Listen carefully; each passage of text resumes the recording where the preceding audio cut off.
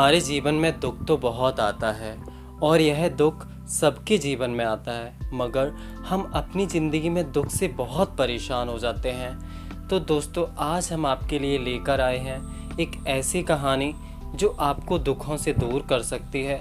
दुख की घड़ी में क्या करें और इसको कैसे संभालें, ये भी आप सीख सकते हैं। बहुत समय पहले की बात है। एक गांव में एक सबल नाम का व्यक्ति रहता था। वह अपने जीवन से बड़ा निराश था। उसकी निराशा का कारण यह था कि वह अभी तक कुछ नहीं करता था। उसके घर वाले उसे दूसरों का उदाहरण देकर ताने मारते थे कि वह सब कितने कामयाब हो गए हैं और तू अभी यहीं का यहीं है। वह कभी भी बाहर जाता तो लोग उससे पूछते कि तुम क्या कर रहे हो, और उसे यह कहने में बहुत शर्म महसूस होती थी कि अभी तक मैं कुछ भी नहीं कर रहा हूँ, कुछ करने की कोशिश कर रहा हूँ। धीरे धीरे उसने लोगों से मुंह छुपाना शुरू कर दिया। उसका दुख इतना बड़ा था कि उसको लगता था कि वह धरती पर बोझ है और उसके बस में कुछ भी करना नहीं है। वह कुछ कर ही नहीं सकता, तो वह जीकर क्या करेगा, उसे मर जाना चाहिए। वह अकेले में बैठकर रोता और भगवान को दोष देता। एक दिन उसने नगर में एक गुरु को देखा जो दुख के ऊपर अपना प्रवचन दे रहे थे। गुरु ने कहा, दुख एक गुरु की तरह होता है जो आपको जीवन के बारे में समझाता है और बताता है। यह आपको सही से जीने का तरीका देता है। आप चाहें तो दुख रूपी गुरु से जीवन जीना सीख सकते हैं या दुख में डूबकर बैठकर रो सकते हैं। सबल भी यह बातें सुन रहा था। उसने गुरु से कहा, दुख कुछ सिखाकर नहीं जाता बल्कि पीड़ा देकर जाता है। दुख की पीड़ा अनंत होती है। ऐसा लगता है कि इसके बाद कुछ नहीं मिलने वाला, कुछ नहीं होने वाला। मृत्यु भी उसके सामने कम लगती है। गुरु ने कहा, क्या दुख है तुम्हें? सबल ने अपनी सारी परेशानी गुरु को बताई और कहा, क्या मेरे दुख का आपसे कोई समाधान हो सकता है? गुरु मुस्कुराए और गुरु ने कहा, जब तुम्हारे जीवन में असली दुख आए तब मेरे पास आना, मैं उसका समाधान अवश्य करूंगा। यह कहकर गुरुजी वहां से चले गए। सबल ने सोचा, क्या मेरा दुख असली नहीं? क्या यह दुख जो मैं झेल रहा हूँ दुख नहीं है? कोई भी मेरे दिल का दर्द नहीं समझता। घर वाले नहीं समझते तो गुरु क्या समझेंगे? अपने दुखों से परेशान होकर सबल ने एक निर्णय लिया कि वह कुछ करके दिखाएगा। उसने एक छोटा सा व्यापार आरंभ किया।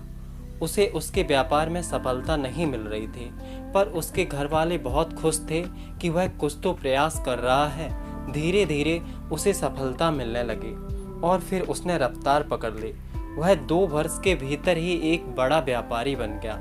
अब सबल के आसपास काफ़ी लोग थे जो उसे पसंद करते थे, जो उसकी चिंता करते थे, जो उसके कार्यों की सराहना करते थे। उसके माता पिता भी अपने बेटे की प्रशंसा करते करते नहीं थकते थे। उसके मित्रों की संख्या दिन ब दिन बढ़ती जा रही थी। अपनी ज़िंदगी में पड़ोस के कुछ मित्रों ने उसे समझाया कि जब वह बड़ा व्यापारी बनकर इतना सुखी रह सकता है तो सोचो, अगर तुम इस नगर के, इस राज्य के सबसे बड़े व्यापारी हो जाओगे तो कितना सुख होगा, कितने लोग तुमसे जुड़ेंगे, कितना यश तुम्हारा फैल जाएगा। स्वयं राजा भी तुम्हारी तारीफ करेंगे और ज़रूरत पड़ने पर तुमसे ही धन उधार लेंगे। यह बात सबल के मन में बैठ गई और अब वह और अधिक प्रयास करने लगा। लेकिन यह सब कुछ उसे बहुत जल्दी चाहिए था। ज़्यादा समय इसमें वह बर्बाद नहीं करना चाहता था। इसलिए उसने ऐसे कार्य किए जो उचित नहीं थे। उसने बहुत बड़ी मात्रा में धन उधार लिया, अपने मित्रों से लिया। ज़्यादा मुनाफा कमाने के चक्कर में अपने ही माल की गुणवत्ता खराब कर दी। उसके मित्र उसे जैसा समझाते गए वह वैसा करता गया।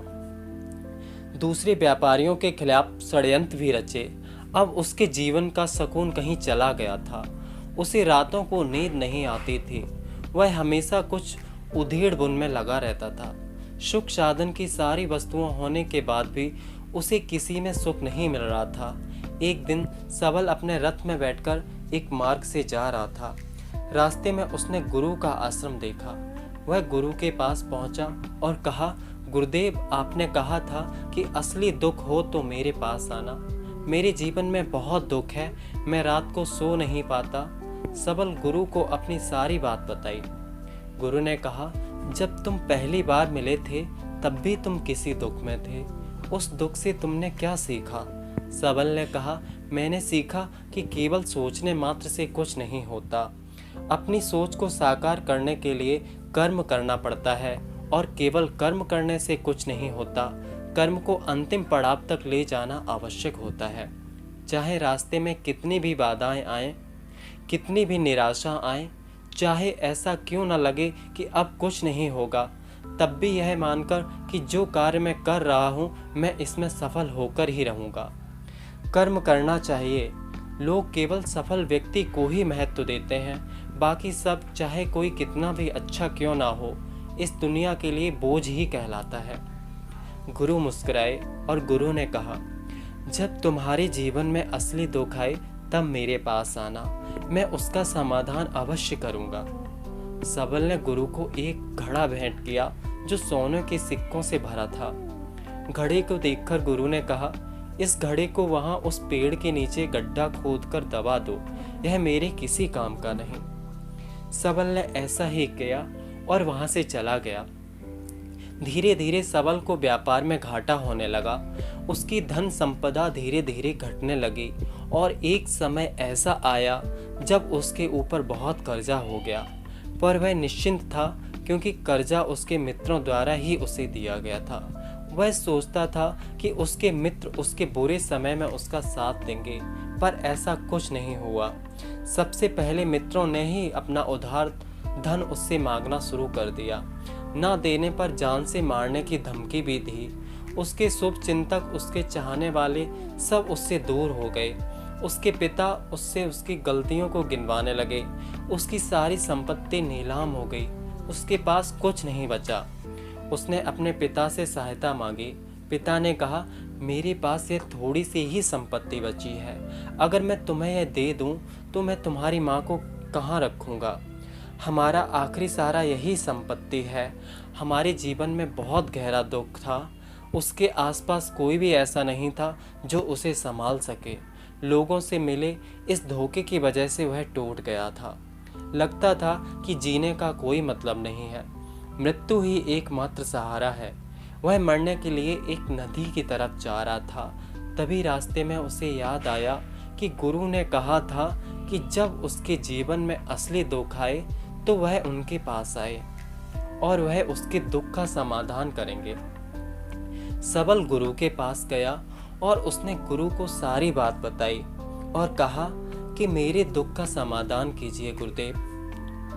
गुरु ने कहा, जब तुम्हारे जीवन में असली दुख आए तब मेरे पास आना, उसका समाधान मैं अवश्य करूंगा।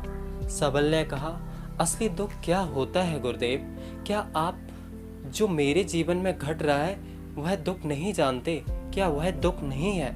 गुरु ने कहा, पहले यह बताओ कि तुमने अपने इस दुख से क्या सीखा?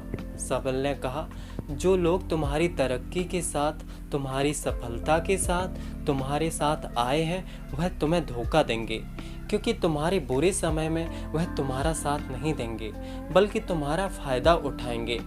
भरोसा केवल उन्हीं लोगों पर करना चाहिए जो तुम्हारे बुरे समय में, असफलता के समय में तुम्हारे साथ खड़े हों।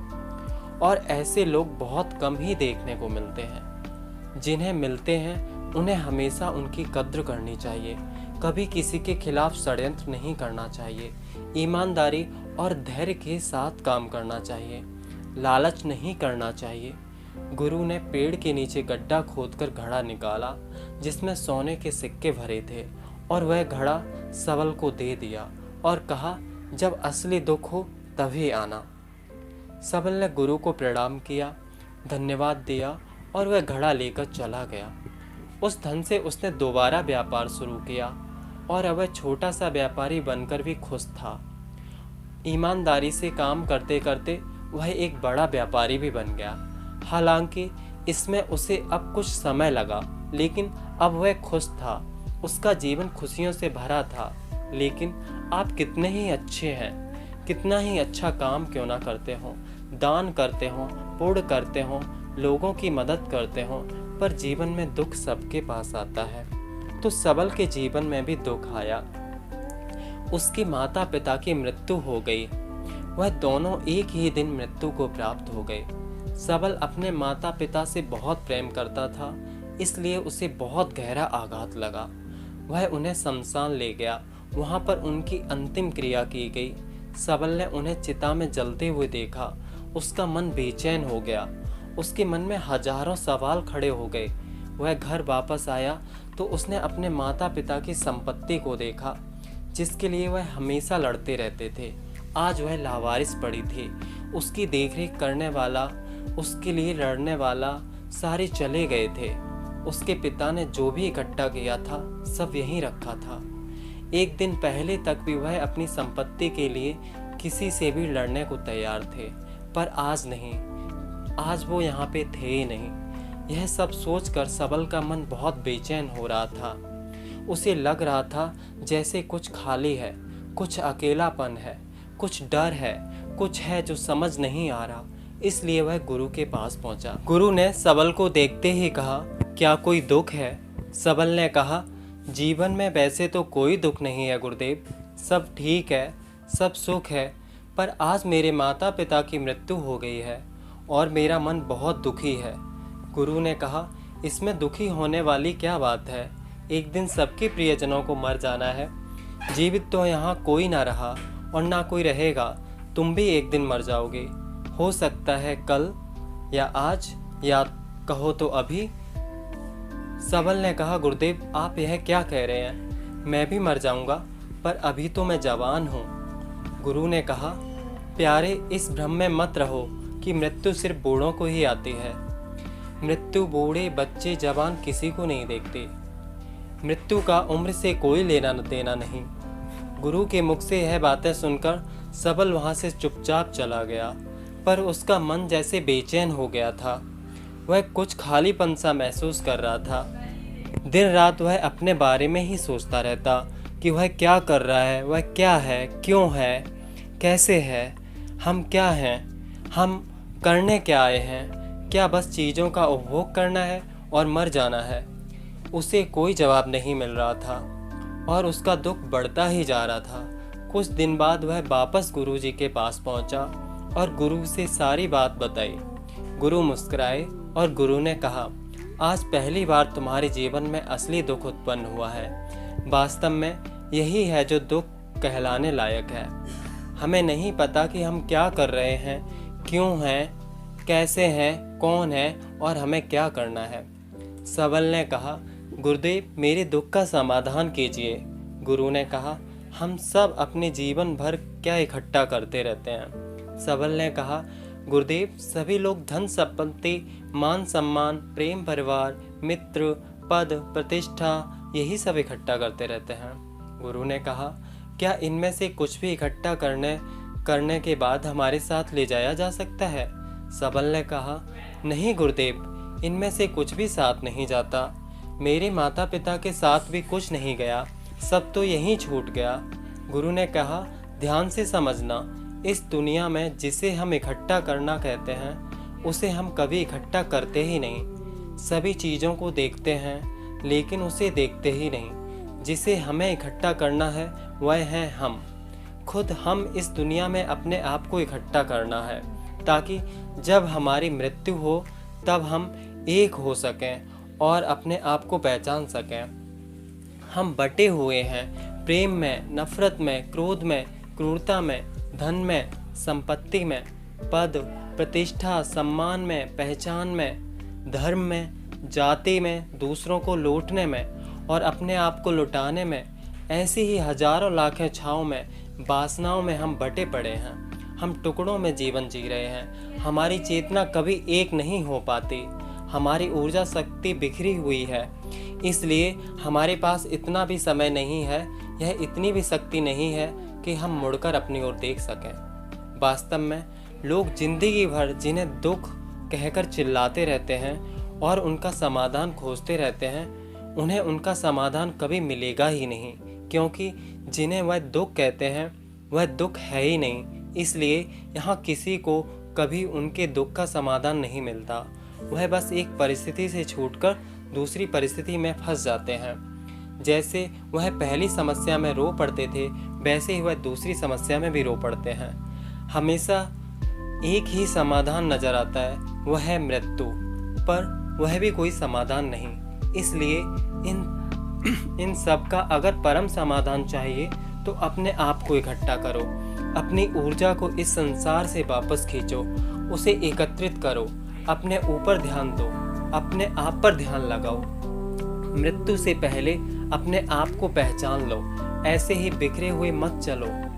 सबल ने कहा, तो क्या गुरुदेव हमें यह संसार छोड़ देना चाहिए, अपनी इच्छाओं को मार देना चाहिए, धन संपत्ति इकट्ठी नहीं करनी चाहिए, क्या हमें यहाँ किसी से प्रेम भी नहीं करना चाहिए? गुरु ने कहा, तुमसे इच्छाएं, कामनाएं और वासनाएं ऐसे ही निकलती हैं जैसे पहाड़ से कोई पत्थर गिरा हो, जिस पर पहाड़ का कोई नियंत्रण नहीं है सिवाय देखने के और परेशान होने के और कुछ खोने के। जब तुम एकत्रित हो जाते हो तब जो भी तुम करते हो सब नियंत्रण में रहता है, तब इच्छाएं भी तुम्हारी इच्छा से निकलती हैं। सबल ने कहा, गुरुदेव आपने मेरे सच्चे दुख का निवारण कर दिया है, आपका बहुत बहुत धन्यवाद। अब मैं अपने आप को एकत्रित करूंगा। गुरुदेव, मानव शरीर में बहुत ऊर्जा है, बहुत शक्ति है, पर यह बेकार की चीज़ों में पटकर रह गई है, व्यर्थ की चीज़ों में लगी रहती है। यह ऐसे ही है जैसे एक शक्तिशाली मशीन किसी बच्चे के हाथ में दे दी गई हो। जैसे आपने कभी देखा होगा, बच्चे कभी कभी बाइक पर या कार में बैठकर उसे चलाने का नाटक करते रहते हैं, क्योंकि उन्हें इतना ही पता है। ऐसे ही हम शरीर को चला रहे हैं, इसकी सही शक्ति का इस्तेमाल तो हम कभी कर ही नहीं पाते। खुद को एकत्रित करने का मतलब यह नहीं होता कि हम संसार छोड़ दें, सन्यासी हो जाएं, या झोला उठाकर कहीं चले जाएं, या अपने लिए या अपने बच्चों के लिए धन संपत्ति इकट्ठा ना करें। जैसे जब बच्चे बड़े हो जाते हैं तब वह बाइक या कार को चलाकर लंबी दूरी की यात्रा आसानी से कर सकते हैं, नहीं तो बाइक या कार वहीं खड़ी रहेगी और हमें यह भ्रम रहेगा कि हम कहीं जा रहे हैं, जैसे कि बच्चों को होता है, पर हम कहीं नहीं पहुंचते। तो दोस्तों, उम्मीद करता हूं आज की कहानी से आपने बहुत कुछ सीखा होगा। अगर आपकी ज़िंदगी में कभी भी ऐसी परिस्थिति आती है तो आप इस कहानी से सीख लेकर उसको हैंडल कर सकते हैं। और ऐसी ही ज्ञानवर्धक और रोचक कहानियों के लिए आप हमारे चैनल से जुड़े रहें। आपका धन्यवाद।